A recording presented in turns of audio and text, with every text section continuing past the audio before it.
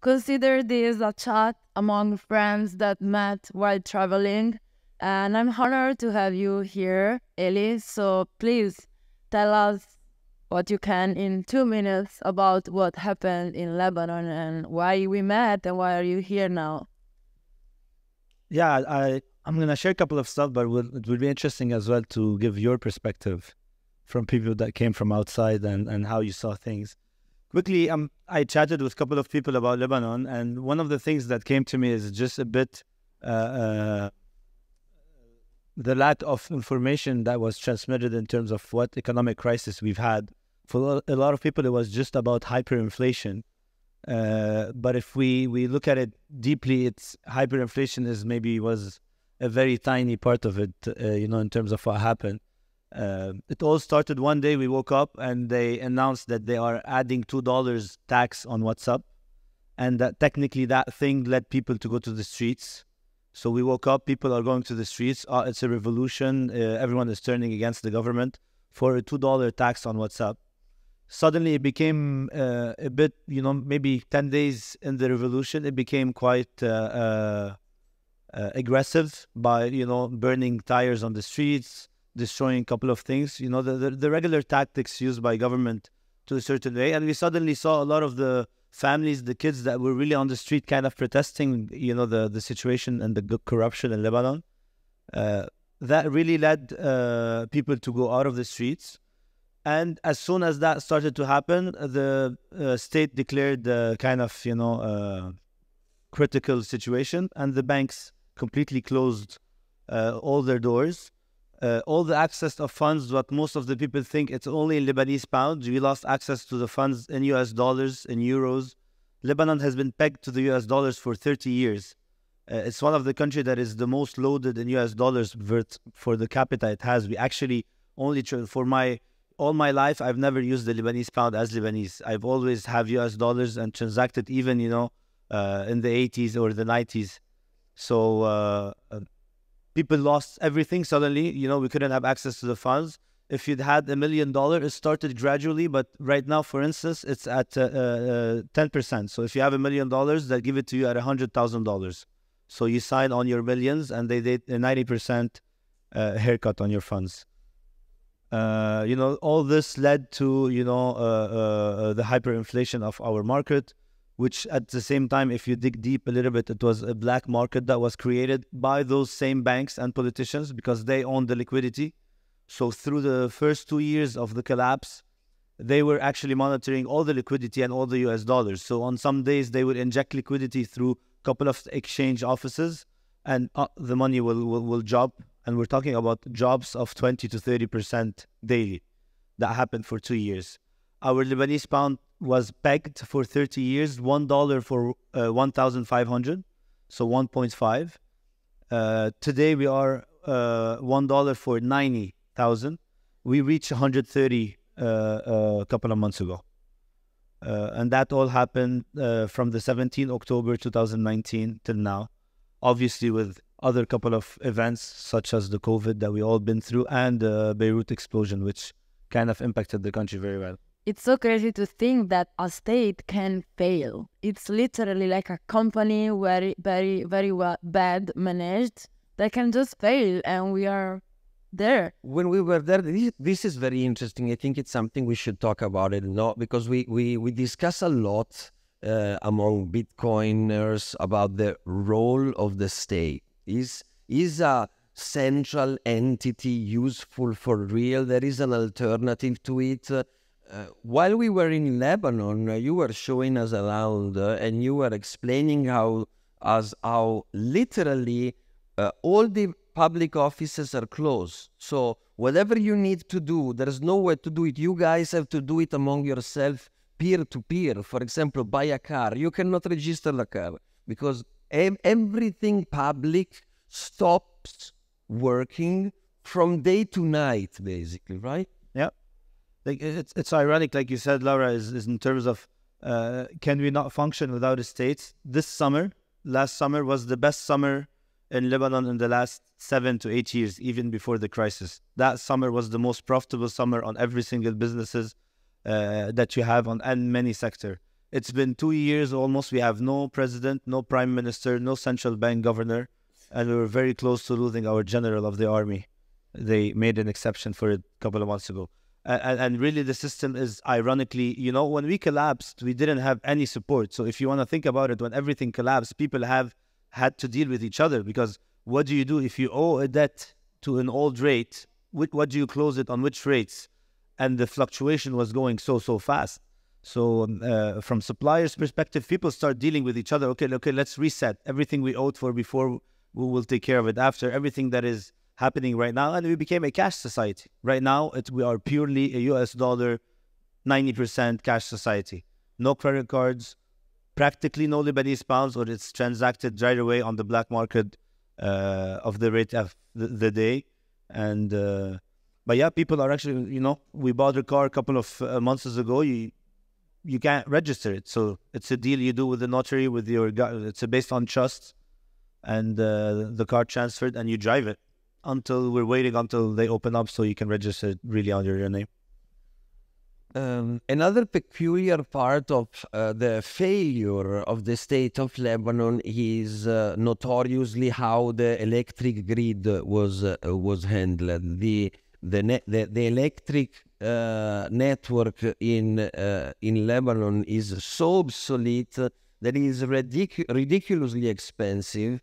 So the central state cannot even provide electricity for businesses and private houses. So once again, the people had to provide for themselves. How, for example, you're an entrepreneur. You have restaurants. How you, as an entrepreneur, how you approach this? Yeah, so the electricity is one of the biggest corruption that happened in Lebanon. Publicly known corruption. It's for the state failure. Something that if we can learn, if we're discussing in Lebanon, and what could we learn with what happened with us, is nothing really happens randomly. That state collapse was orchestrated and technically operated by the people in power, because we have the numbers right now. When the banks were closed, we know exactly who are the people that were able to transfer their money out and who couldn't. We have access to those numbers, and it happened all in the 10 days that happened. So the collapse, the orchestrated collapse, and in Lebanon, the fact that it's a very small country, it's the politicians that own the banks. We have 6-7 banks, each is owned by a political party. So you can really understand a bit the corruption that happens all over the world, but the fact that it's such a small country, so the micro of it really gives it a very clear understanding. And Lebanon, what we really share between each other here as Bitcoiners, it is something that Lebanese people know and been living for 30, 40 years, and they know it, This is something that we have to say, like, we don't do Bitcoin propaganda, we just travel the world reporting what we see. We cannot say that the Bitcoin community in Lebanon is huge.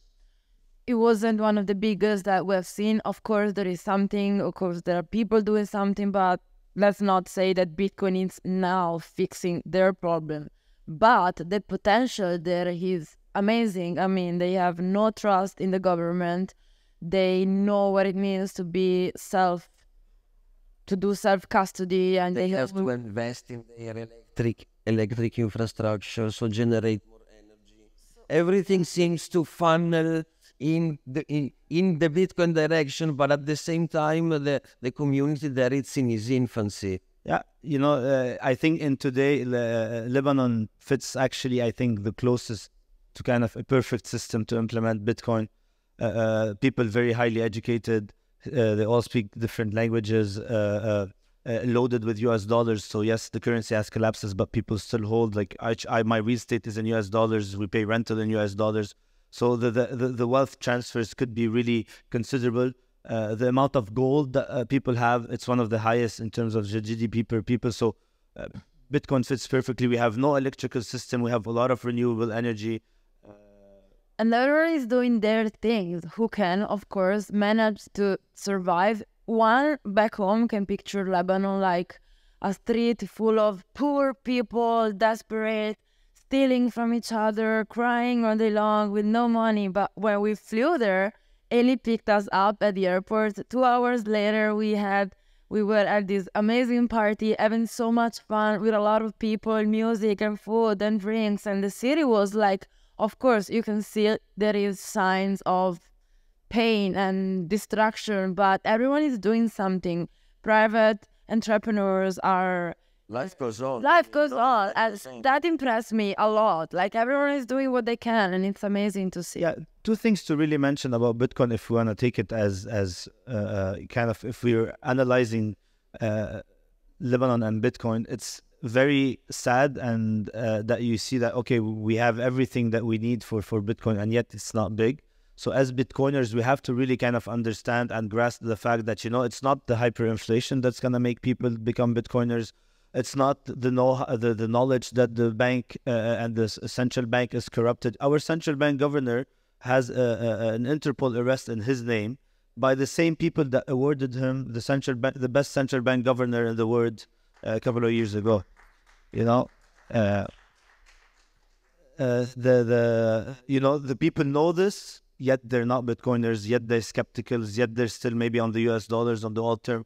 There is still, a big lack of it, and we were talking about it. I think, and women have a big part to say, I think, in that adoptions. Man would still stick around, in terms of the financial savvy people that know what's best and how we can invent and grow the wealth, even, from doctors to professionals. I think women, the fact, and this conference, I think one of the things that I take from is, I think it's one of the conferences where I've seen more and more women in it. And they will have to play the big role in transitioning, understanding, and really opting for that really second options that is going to be able to keep that kind of freedom that we have. Otherwise, we won't be free. If there's something we talk a lot in our work is that building a Bitcoin community is not something that is easy to do, and there is not one single solution. We don't have a blueprint. There is no one size fits all agenda on how to build a Bitcoin community. It's very important to know where you're building your community. You have a very interesting idea. You're starting to build this community and this new educational program in Lebanon. What do you think is the right approach for the Lebanese people? How do you want to structure this? Yeah, I think there's no right approach. Like, if we listen to Jack Dorsey, what he said at some point, you have to start doing things and then, take it and adapt to it and adjust to it. The best thing for Bitcoin is have a proof of work. So that's why the idea of having a small community that you create that circular economy in it that works out. I guess we will face challenges based on the area and the level of education of people. But I think that's something very interesting that we're trying to take and implement in Lebanon. I know that you guys are helping and will help in the future with that. We're going to try to do our best. We're doing already a lot of educations. We're doing monthly meetups, in different parts of Lebanon to try to encourage people to really know what Bitcoin is. They just don't have the knowledge as well. For them, like, Bitcoin could be same equally to a USDT, to a Dogecoin. For them, everything is one digital thing. They really don't really understand the huge difference that Bitcoin brings compared to any other digital assets. And with education, but we have to rethink education in a smart way, not to be losing our time, but putting a lot of effort with very low ROI on that. But I think education plays a big role. This is about education, but on a business side, you are a huge entrepreneur in Lebanon. We know that you're super successful. You're still super successful in Lebanon, but we also know that you have to tune a little bit your business strategy, your prices. If you have to give some tips to Lebanese, but not only Lebanese, because guys, this is kind of happening all over the world, to people to manage this. Interesting. I'm gonna say, I'm gonna take you through for instance, the first year and a half of the hyperinflation that happened, and what was the kind of key problems that we faced. So I run a couple of restaurants, so we have centralized kitchens. We do centralized orders as well. We have very good suppliers. Go to Mashru Cafe and pay with Bitcoin when you're in Beirut and in Lebanon. Thanks, Laura. Thanks. Yeah, it's true. You know, we're Lebanese. We're known for good F&B's businesses. You know, if you've been around, you go to Dubai. We were in Dubai a couple of days ago. Lebanese are everywhere for that. But so when we started all this, one of the biggest problems that we have, that the rates were fluctuating a lot. I'm still at that point was receiving Lebanese pound and dollars. It was a mix of both. We were still not dollarized. People were not understanding what was happening. So the rate would go up by 20-30%. At some point, we had to adjust the prices. We had to do it so often that at some point, people was like super not professionals. They were kind of scotch taping numbers if you didn't want to print out a new one. And COVID hadn't happened yet. So the transition to QR, that was all something COVID brought. Before that, you know, my client, if I give him a QR code, he would not, you know, he would stand up and leave. He wants a physical menu. He wants to touch it. Been in the industry for 20 years, and that was all what the clients always wanted. So COVID only brought that up. So it was kind of challenging for that. But then at some point, okay, let's say we raised our prices, and then my suppliers raised their prices as well. And then suddenly the Lebanese read jobs. And then technically speaking, you know, your clients that's been eating, you know, that same sandwich and the same salad at a certain price, suddenly, you know, he's expecting you to reduce the prices because, you know, they're real jobs. But then your supplier decides not to, you know, because at some point he was taking a lot of risks. So that led a lot of businesses really to close. If you didn't really run superly tight, cost efficient system, you blew out. P&L wise, in terms of profit and loss, our wages switched from being 30% to being 10%. The first 2 years for my employees, it was terrible. I was still managing as a business owner. My waiter switched from doing $1,500 to $150 a month until everything got stable back up. Right now they're back around maybe 20% where they were before in terms of US dollars, because right now all their salaries are in US dollars. But the first year and a half was catastrophic if you were an employee. But at the same time, my energy costs, which used to be 1-2%, got to 15%. Because right now I was paying all my gas in US dollars, and the gas started skyrocketing, even if it was subsidized for a certain point. But horrible, it's horrible. Another reason why Lebanon is perfect for Bitcoin potentially is because of remittances. The Lebanese history is a very complex history. You guys had a bloody civil war, so there is a massive Lebanese diaspora all over the world. And those remittances, basically, potentially, they could fuel an entire economy based on Bitcoin in Lebanon. They are. Right now, Lebanon only lives and the oxygen, because, you know, I'm sitting here talking, you know, as if, you know, everything is fine. We're actually doing very, very bad. We're doing extremely bad. But the reason why we were supposed to be destroyed. We were supposed to be, you know, back maybe to the Stone Age, really, technically speaking. If we were kind of a country that had only a Lebanese pound, we couldn't afford to pay gas in today in Lebanon. So I don't know how people would have even logistically transport themselves.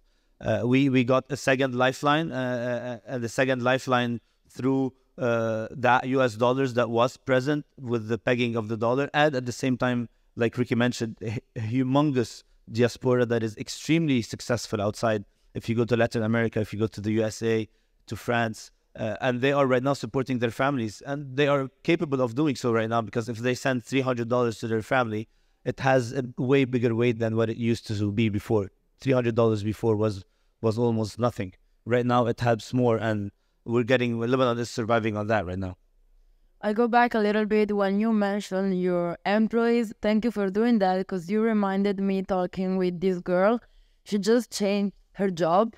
And I asked her, are you making more money now or in the job that you did before? And she's like, I don't know. Like, I can't tell how much I do every month. I can't tell you if I like, yes, this job better, but I don't know if I'm making more money of the job before. And like, they adjust their salaries so fast that they are losing track on how much they are getting in purchasing power, basically, which is insane.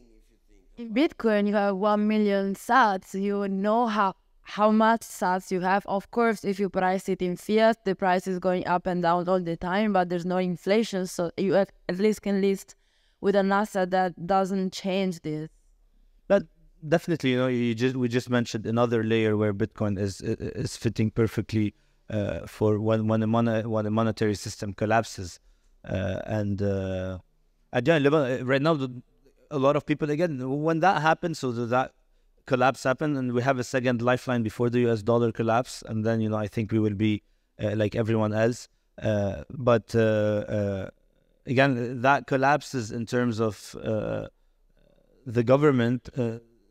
The purpose is that wealth transfer. They want to try as much as they can to, not be able to. And that what happened in Lebanon. The top 1%, I think they all got their money back. The people that got affected were the rich people in Lebanon, the middle high class people. The poor people became even more poorer, which is really, really unacceptable and sad. Right now we have so many people living under the poverty line in Lebanon, which is, you came, you saw a good side of Lebanon, but at the same time, that is, maybe 10-15% of the people that are living really a YOLO right now. If you go to Lebanon, there is no hope. It's a YOLO life right now, because some people are just spending the money that they have in the bank, knowing that they're never gonna get it back, but at 90% haircut. So if you have $100,000, they're taking it out at $10,000 and just spending it. Just saying that anyways, we're never gonna get this money back. So it's really not a super healthy way as well. But it was something that's the only way maybe they saw that they can cope. It was something very big. And this is happening all over the world. When we say these stories, it's not because it can only happen in Lebanon. Beirut 30 years ago was Paris. They called it the Middle East Paris. Lebanon is a beautiful country with so much history. We were shocked by the beauty of the country. The Roman places that you have is nothing compared to Rome. I mean, it's super rich. It's a powerful story, the Lebanese one, because you can really realize every society can collapse. Of course, there are signs of it, but we are seeing these signs in so many of our societies nowadays. So sometimes we tend to think we are too big to fail, but there's nothing like too big to fail in history. And sometimes our community almost seems to advocate for a quick collapse. We should be more, probably, we should advocate for a gentle transition. And we have to learn by these people. We were in Turkey before going to Lebanon. We have a good friend from Turkey here as well. Ciao, guys. And you can see lines of women out of gold shops. And I was wondering, what are these ladies doing? They basically buy. Turkey is another country that has a inflated currency, a hyperinflated currency. So basically women are buying gold every day.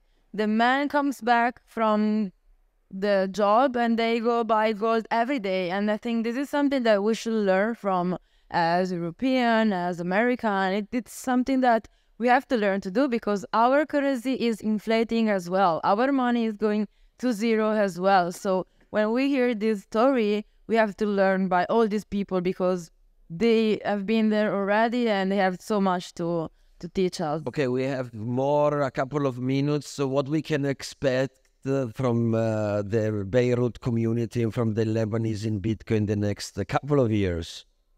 Yeah, the community is very small, but everyone is doing his part to contribute. We're obviously aiming for the ultimate goal to have that circular economy up and running. And obviously, the bull run helps.